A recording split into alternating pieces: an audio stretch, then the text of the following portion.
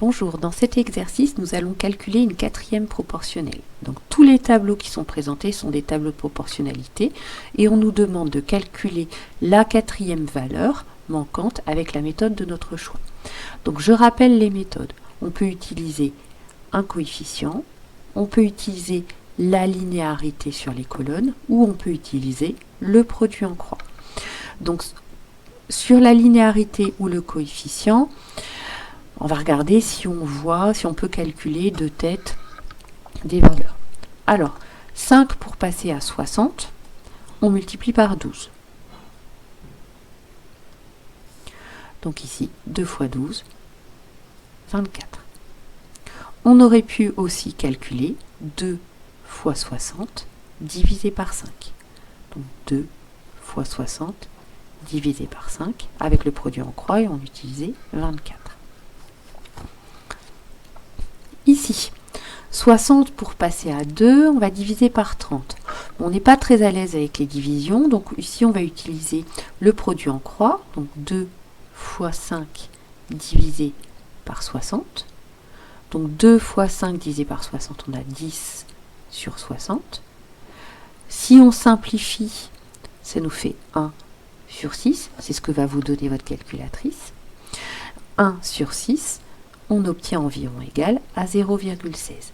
Donc il faut absolument donner la valeur exacte, mais il peut être intéressant aussi de mettre la valeur approchée. Donc ici, on va mettre la valeur exacte, c'est 1/16e, éventuellement 0,16. Si on doit choisir entre les deux, on va choisir la valeur exacte. Sur le troisième tableau, 2 pour passer à 5, on multiplie par 2,5, donc on peut faire 60 fois 2,5.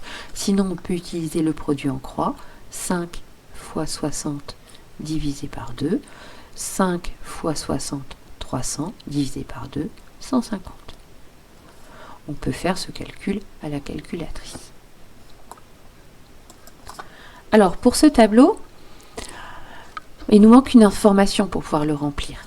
Donc, pour pouvoir remplir ici, pour pouvoir calculer une quatrième proportionnelle, il faut connaître 3 valeurs sur les 4. Donc ici, nous n'allons rien noter.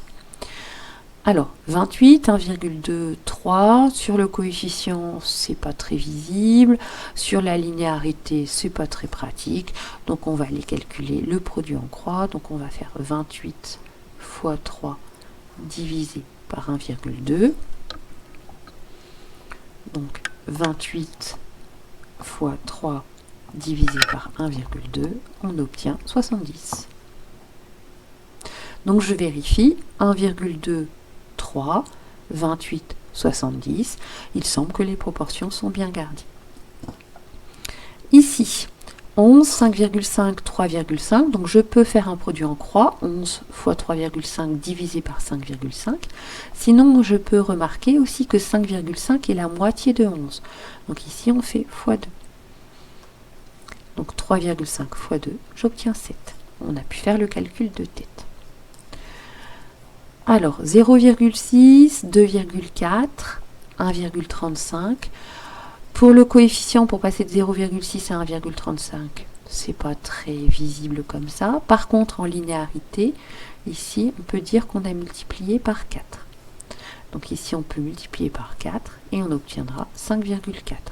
Sinon, on peut faire le produit en croix, qui serait 2,4 fois 1,35 divisé par 0,6. Donc ce qui nous donne 5,4.